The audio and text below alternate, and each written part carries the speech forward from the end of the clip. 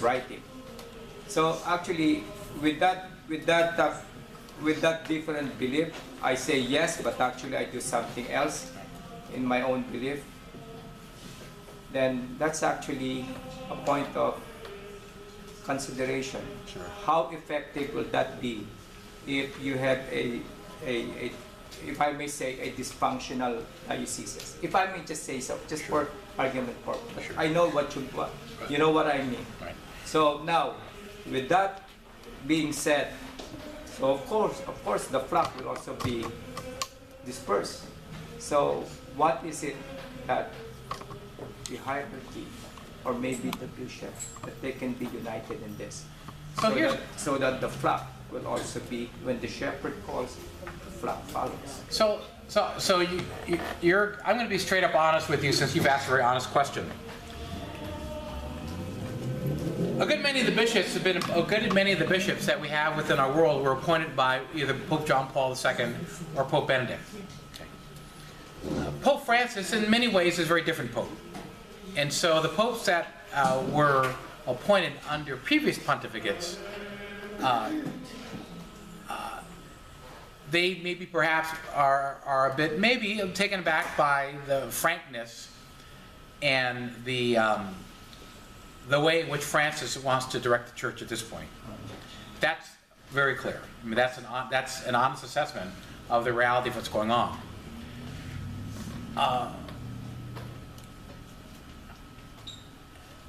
I'm not sure, and I think verbally and publicly, the bishops are going to be in line with what the Pope has to say. But let me give you a good example of where that came to play. It came to play at Lent, at Holy Thursday. On Holy Thursday, there was a diocese in Michigan that set out an edict, the bishop did, that only men can have their feet washed at Holy Thursday. This is past Holy Thursday. The Pope washed the feet of non-Catholic women at Holy Thursday. So that's what's happening more and more in the church, is that you've got the Pope who's doing one thing, and you've got bishops who were appointed under a previous realm who are saying, no, we're going to do this. Now, I don't know how that conflict can somehow come to some kind of boiling point, but the seeds for that kind of conflict are there already because of what you experience on something as seemingly benign as Holy Thursday. And this is the second Holy Thursday that the Pope included women and non-Catholics. And you had a bishop in Michigan who said only men can have their feet washed. Who's right in this? I mean, the Pope, we tend to see the Pope as a uniting figure within our own Catholic community, which is what he is. So that's a direct answer to your question. That's going to be a struggle that's going to go on for a while as things change. Yes? I'll get you then. Yes. Now, do you also think that maybe as Catholics learning more about apologetics and knowing how to answer other denominations, Christian denominations, saying things like, oh, you guys worship, you worship idols because you have statues and things like that. Learning how to respond to that might help kind of let Catholics come out and actually speak up for themselves and maybe evangelize more? I think the common language we use is the language of Jesus. I mean, some evangelicals are not going to say that my experience of Jesus is somehow less than because I happen to be Roman Catholic.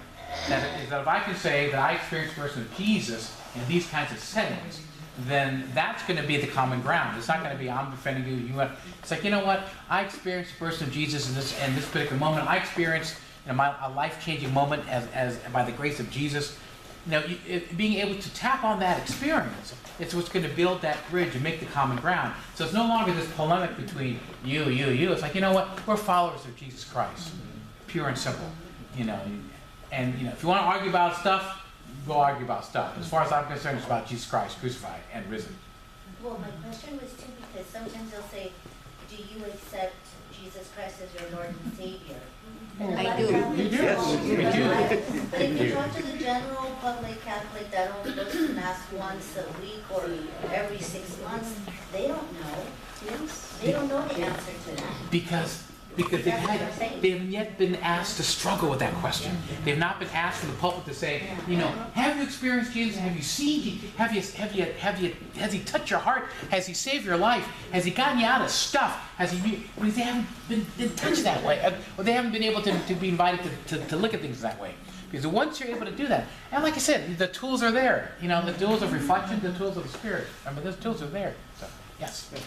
Actually, it's kind of two separate comments. One, Father, was what we were talking about a moment ago regarding the bishops and some perhaps being in disagreement with the Pope. Well, it's nothing new, first off. It's been going on since the beginning of the Church, and it's actually very healthy because that is the way the Church resolves where its direction is. So I just kind of wanted to point that out. Exactly. That it's not a bad thing. It's a good thing, actually. I mean, we may not agree with one particular decision or not, but the whole concept of bishops disagreeing is the way the Church operates and comes to consensus. Vatican II is a direct result of that. Yeah. I mean, the Vatican II, the Council, if that were not, if bishops didn't have a sense of where the Spirit might flow in that direction, this wouldn't have, we'd all be in Latin still. Right. And could I make one more comment on what was just said, too, about the evangelizing toward Protestants or non-Catholics? You know, the best way we do that is we simply live our faith. We show people our faith, and we show people the encounter with Christ that we have. I just served the English weekend, Corsia weekend, just this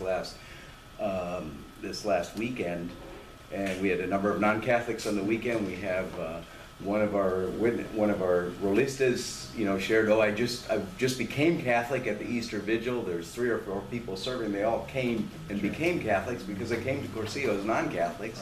They saw Catholics live out their faith, and now they're Catholic. But nobody preached to them. I mean, nobody said you got to become. Yes, we do preach on the Corsia weekend and tell what is the truth of the Catholic faith, but we don't say, you know, you have to become Catholic. But, you know, you have to do this or you have to do that, but they see the beauty of the faith and they come to it. Well, you know the old Francis adage, right? You've heard the old Francis adage. What's the old Francis? St. Francis of Assisi, what he said? Oh, yeah.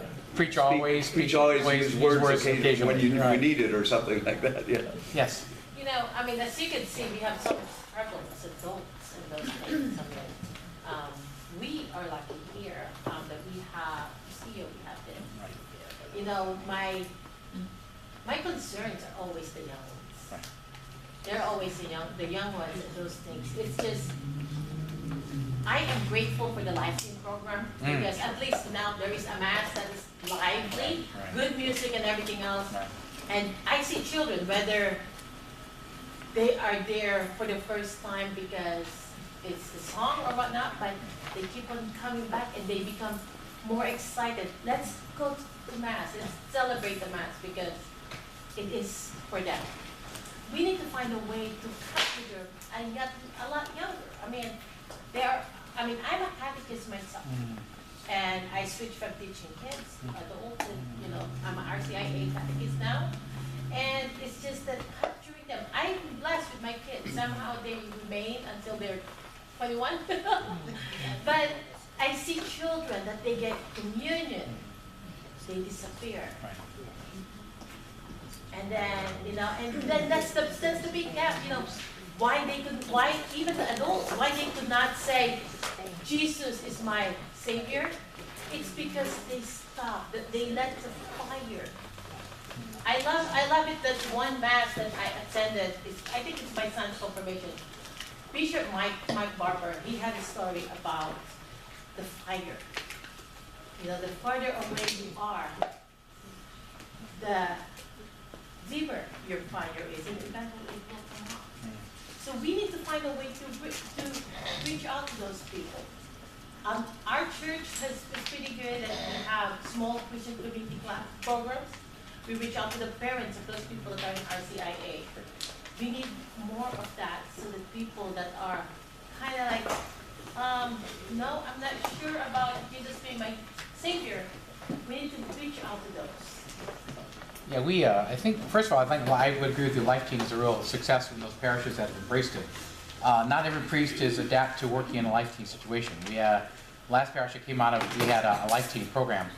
and a monthly liturgy for kids. And not all the priests who served in that parish were comfortable with the life team. I was because I'm crazy, and I work with teenage kids at St. Mary's High School in Berkeley and St. Liz High School in Oakland. So I'm used to working with kids.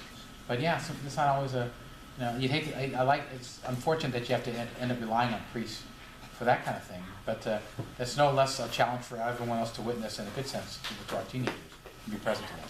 So. Any other questions? Thank you. Thank you very much.